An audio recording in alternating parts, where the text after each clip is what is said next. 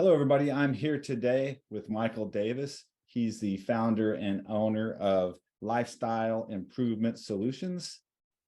Hi, Mike. Welcome to this week's Business Spotlight. Hey, thanks so much for having me. Hey, I really appreciate you taking time with us today. So let's just get right into the questions.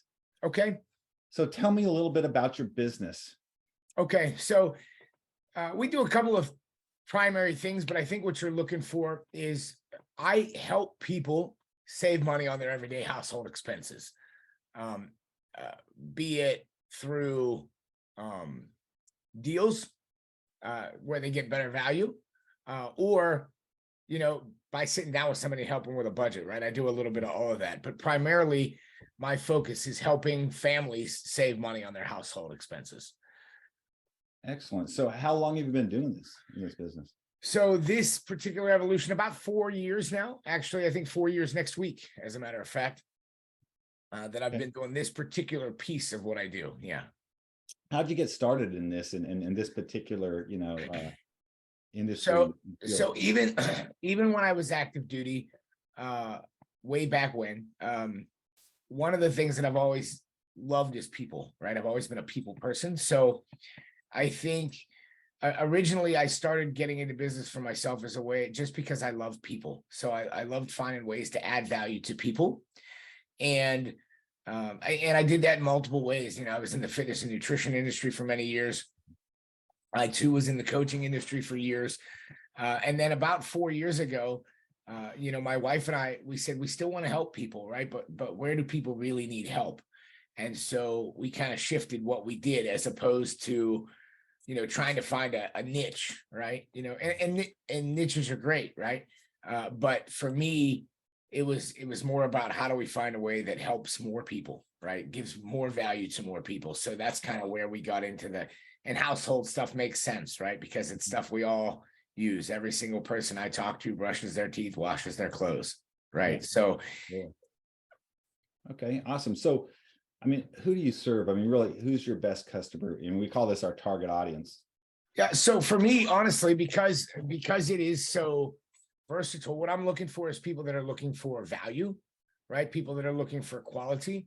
And I guess by that, I mean, sometimes there are people that just want to buy whatever's cheapest, especially now the economy's crazy, right? Inflation is nuts, and so sometimes by necessity, but there are people that just buy personality type. They're looking for whatever's cheapest. And I don't think that serves most people, because generally what's cheapest is not what's best. Really what you want is what has the most value. And if it can be less expensive at the same time, then that's a bonus, right? So really I'm looking for people that want higher quality stuff for the same money or less than they're spending now. That's what I'm looking for. Right. You're absolutely right. It's about the value, right? It's not about the cost. It's about the value they get with it. So, so you've been doing this for about four years. So through the pandemic, how did that impact what you do? So I think it impacted all of us, right? Anybody that had any kind of business, and it's been a great part of the evolution. In fact, that's one of the reasons, as we talked before we started this interview, one of the reasons we've changed our moniker, right? Because I love people, right? So to sit down with you belly to belly, have a cup of coffee, that's my favorite place to be. But with the pandemic, obviously we couldn't do that. And so a lot of stuff shifted to this, right? It shifted to Zoom. So then it became a question of, how do I still give that value via Zoom? Because it's difficult to have that personal connection. And what I found was, for me anyway, giving people value doesn't have as much to do with the product or service that I offer as it does with the level of human being that I am. And so it forced me to consistently look at my life and my daily habits and level myself up, if that makes sense. Absolutely. Yeah. And so, one of the things that I tell people I work with in several of my business adventures is, my goal is to give so much of myself to you that the day you want to give up on you, you don't do it because you don't want to give up on me, right? Like if I can give enough of myself to you, then you will give all of you to you. Yeah. So it's really a relationship thing you're building with. And it's hard, right? It's harder on Zoom than it was in person. I could shake your hand, pat you on the back, but it can still be done. And I think some businesses failed in that transition because they were not able to evolve that, because it takes work. Yeah. Right. And doing a Zoom, birthday party with one of your clients, right? Because normally you would be there because they live, 10 miles away, and you would have stopped by, and, but you can't do that anymore. So now you're on Zoom, so Yeah. that's one of the big shifts for us. Yeah. Amazing. Because it changed the way people do things that even are carrying over as we're coming out of it. People realize, wow, there's better ways to do things, and we learned it, and now we're continuing to do it. Not that Zoom is a better way, but a lot of things they had to pivot to, they're continuing to do because they figured, hey, this is another way to do it. So what's been the biggest issues you've had to overcome as you were working on this business? In general, I think myself, as well as most of us as business owners, I think sometimes we undervalue what we have to offer. And so not undervalue in a monetary sense necessarily, but a lot of businesses will talk about that chicken list, right? Like, who's your chicken list? Who don't you want to talk to? And I think one of the biggest challenges for me has been assuming that I had to have everything figured out before I was valuable to the marketplace. And as I got over that, what I realized is, as I'm growing in my value, there are so many people that will get left behind if I try to wait until it's perfect, right? So I have worked very hard, and I'm still not there. I'll never be perfect, right? Which is great, right? A good friend of mine says imperfection is a blessing because it means you always have room to get better. Yeah. And, so for me, that's been a big obstacle to overcome, is just, look, if you have value for the world, share it, because you would hate to be the person that doesn't change somebody's life fundamentally because you weren't on point that day, or you were too afraid to say hello. Right. Now that's a great perspective, because I see it with people just wanting to start a business. They want to wait until everything, they've got to get this, they got to get their website, they got to get everything perfect or before they can launch. It's like, no, just launch and go as you go, and because you just have to take that action, really is what it comes down to. Take action now and continue to learn, and you will continue to grow, and it's never going to be perfect. You're never going to be like, hey, I know everything I need to know now, Yeah, I hope not. If you are, then it's time to just cash it in, Yeah, because that's the most successful you're ever going to be right now, you might as well just lay down and be done. That's right. So, so what's been your biggest learning since you've been a business owner? So that encompasses a number of years on top of that. What I think at the very beginning for me, one of the things that didn't click right, like I understood the idea of, but it didn't really click for probably 5 or maybe 10 years, if I'm being completely honest, is that my income or my success, well, however you measure that, doesn't ever surpass my mindset, right? Like, that was a hard one for me to swallow, because you see people that are having success and you say, well, I'm as mindful as that guy or that girl, but it's probably not true, right? And sometimes we see it, it does happen. You see these companies blow up and they go public, right? And all of a sudden this company's worth $1 billion. But what will happen if those CEOs or those managers or shareholders or whatever, if they're not there and they're not really mentally ready for that kind of success, you see that company plummet in 6 months, right? They convinced everybody they were ready, but they weren't really ready. So for me, it was a real light bulb moment when I realized it was true that, I have to work on me harder than I work on my business, right? That's something Jim Rohn, absolutely, was famous for. And as a matter of fact, in 2005, I guess it was, I had the opportunity to go to a lunch, and it was me and like 12 people and Jim Rohn, and we were with Jim Rohn for like 4 hours, and it was incredibly enlightening. But even then I didn't get it. And I'm talking to this, multimillionaire, very successful business speaker, and I still didn't get it. My brain wasn't ready to hear it. And so you read all the books, but you read all the books and then you put them away.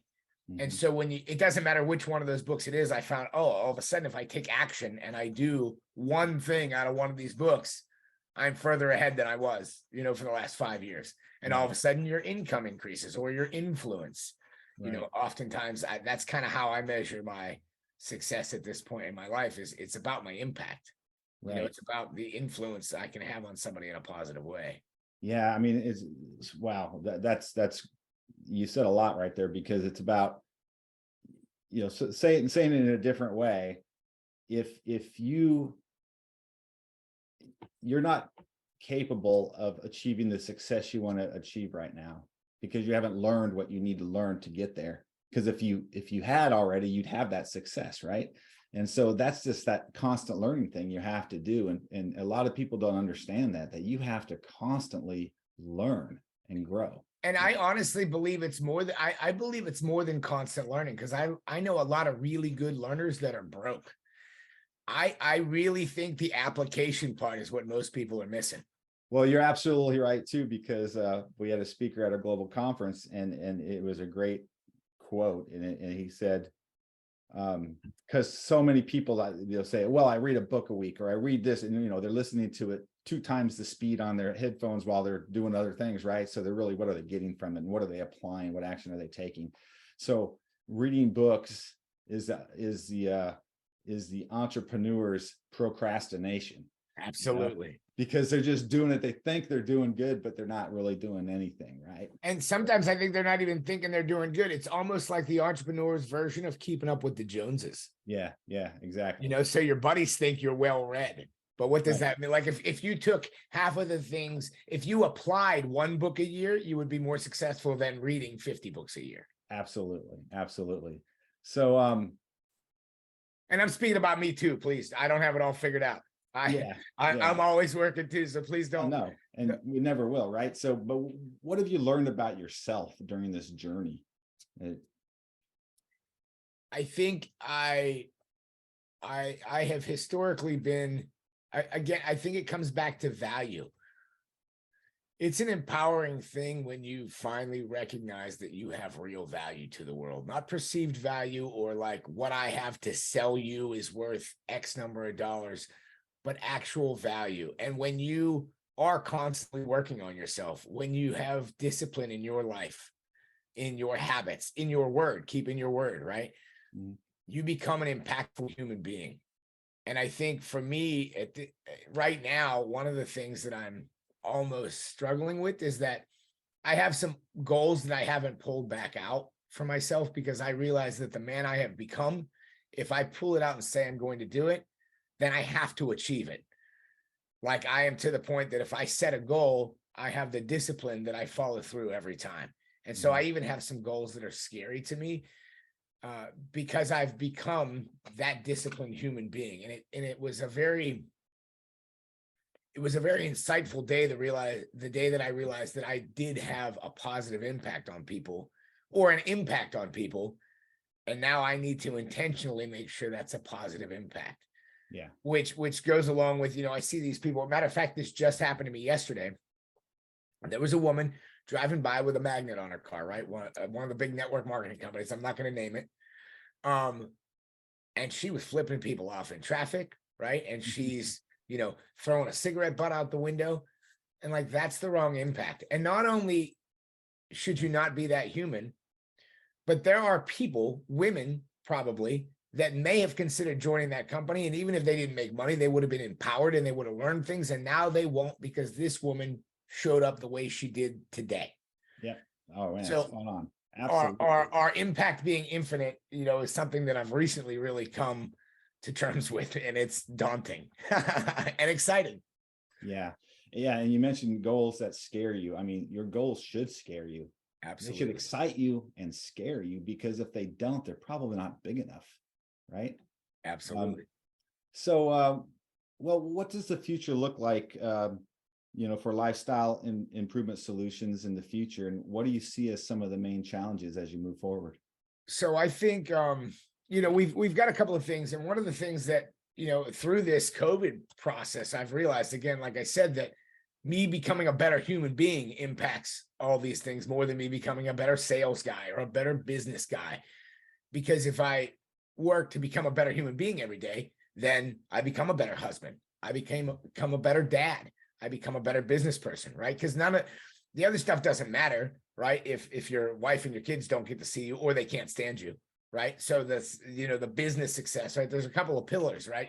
Your physical health, your business health, your relationship health, you know, in my opinion. And I'm kind of boiling it down. But so for me, one of the things that we've really been striving to do and add to our repertoire, and again, back to the name change, not everybody that I work with is going to, you know, shop with you know, with the options that I give them. But if I can still work to add value, you know, whether it's a, you know, a marriage mastery course, whether it's a goal setting workshop, right? And I've done all of these things in pieces over the years, but I've never put it all together under one umbrella.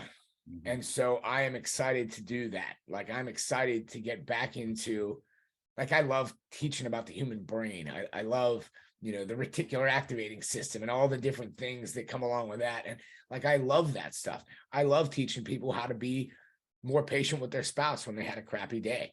Right. And again, I'm still working on it too.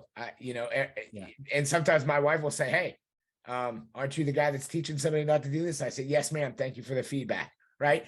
And it took me a long time to get there, but, you know, so I think for the future, my goal is really just to be, you know, as cliche as it sounds, you know, it's to be more impactful for more people. You know, when I can help that mom save $50 a month on her grocery bill, that's impactful, you know. And then, you know, some people choose to turn that monthly shopping into an income stream as well. And I like to help them do that, you know. And some people, they say, oh, you know what, I'm not really looking for that right now, but I'd love help, you know, starting my own thing. And I'm into that too, right? Like, if I can add value to you as a human being, then that's what I want to do. And sometimes it creates income for me, and sometimes it doesn't. But ultimately, as Jim Rohn also said, you know, if you help enough people get what they want, whatever you want just kind of happens. That's right. Right. Yeah. If I come at this thing with a mindset of service, you know, as opposed to the mindset of selfishness, it just kind of falls into place. Yeah, absolutely. And so what advice would you give to anyone that's thinking of going into business? Okay, a couple of things. One, just do it, right? Like if you have, now I'm not saying do it, you know, half cocked, right? Like, have a business plan, have a general direction of what you want to do, right? Just don't be like, I'm going to buy a building and start some kind of business. But if you have a business vision in your head, start. That's one, right? Don't procrastinate, just start. As Kelly said, it's never going to be perfect. But in that, I would say, first of all, surround yourself with people that are going to lift you up and not drag you down, because the people that you love aren't necessarily your biggest cheerleaders. They can be, but they're not necessarily, right? Misery loves company, right? But so does success. So you get to pick if you're going to hang out with the people that want to hang out in the bar and talk about how the world sucks, or the people that say, hey, you know what, let's skip the bar. Let's put together a brainstorming session and see how we can double our profits this quarter. Yeah. But the other thing really is, find people that have done what you want to do and take your advice from the right people. You know, I was on another podcast recently, and the example I gave was like you don't ask the butcher about your tax returns. It just doesn't make sense, right? If you have the broke uncle that's telling you starting that business is crazy, just recognize it for what it is. That's your broke uncle being broke. You know what I mean? You don't, if you're asking for marriage advice, you don't ask your brother who's been in 12 relationships in 12 months, you know, because he's not the guy with the advice. You ask your grandparents who've been married for 72 years, right? So make sure you're getting your advice from the right people, not just the people you like. Yeah. You know, because good advice doesn't necessarily make you feel good. And unfortunately, in our society, we like to be comfortable. So if somebody pushes you a little bit outside of your comfort zone, sometimes you take that as bad advice. But a lot of times I find that's the best advice, right? That advice I get in discomfort is where my growth comes. Oh yeah, absolutely. It expands that zone, right? Expands that comfort zone. So last question, Michael, any offers or messages you want to include in the newsletter? So I'll tell you, as we, you know, rebrand and we start doing some of this stuff, I would love to, you know, I'll sit down with anybody for 15 minutes, right? 15 minutes, see how I can help you, see how I can serve you. Maybe it's, you know, through my primary business, showing you how to save some money. Maybe it's connecting you with somebody like Kelly. Maybe it's connecting you with, you know, I am very blessed to work with lots of mentors, everything from professional actors to professional NFL players to musicians to, you know, a lot of these people are in my friend circle. And so sometimes it's just a connection issue, right? So I would be happy to do any of that kind of stuff for anybody, really. Like again, my goal really right now in my life is to serve as many people as I can in whatever fashion that is. Yeah, excellent. Well, thank you very much. Hey, Michael, that wraps up the interview. Really nice job. Thanks so much for taking time with us today. Absolutely. Thank you so much for having me.